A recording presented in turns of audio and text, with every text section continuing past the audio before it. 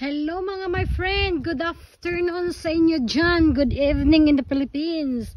Andito na ako my friend sa hotel na tinatrabahuan ko. Sila ngayon, close sila ngayon kasi pang summertime lang sa kanila. Ngayon my friend, nagpapaalam ako ng boss ko na magpupunta ako sa hotel nila, kaya i-open ko tong gate na to. Tingnan mo my friend, ito ang hotel namin na sa gitna ng bundok ng feeling niya, no? Pero maganda my friend, mga fresh air dito. Yan yung hotel na tinatrabahuan ko during the summer. Sikiyama Hotel Lake Ginestre. Yan my friend, tingnan yung mga bundok dito my friend, no? Tingnan yung mga bahay dyan. Dyan. Mga bahay, tingnan yung mga my friend, fresh air talaga dito. Ito yung hotel mga my friend, malalaki talaga. Malaki talaga itong hotel na to. Kita nyo mga my friend, pag during the winter, wala na to siyang manglalagas yung mga dahon. Magana yan lahat ng mga dyan, mga bundok wala kayang dahon.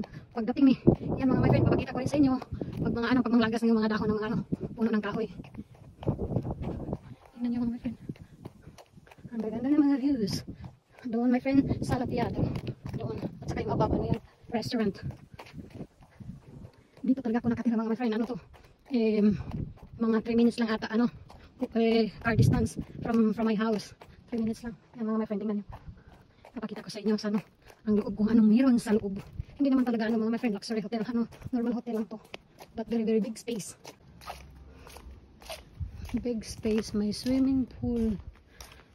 May swimming pool rin.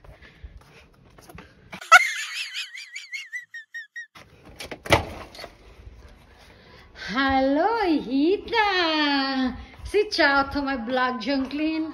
Lei, Jungklin, Italo. Si ciao, Italo. Ciao. Ciao. Yung my friend ko, si Jungklin. Hi, how are you? How are you?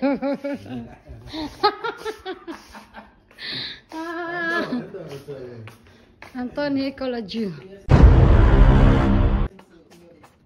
Z. Stop siya nag-vlog. I-vlogger. Apat siya. Restaurant. Tingnan niyo, my friend, magaganda dito. Kasi pero hindi na talaga arrange na rin kasi nagko-close na sila. Yan. Damar. Ciao, Damar. Walang tao, to kitchen nila.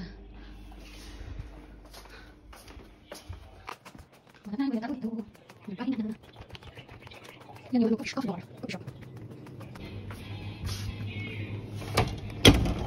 Yan sa labas mga my friend. Ito yung labas ng hotel. Yun ang swimming pool namin. Close na ngayon kasi tapos na yung summertime tapos na. Okay mga my friend, see you next time na naman. Thank you for watching.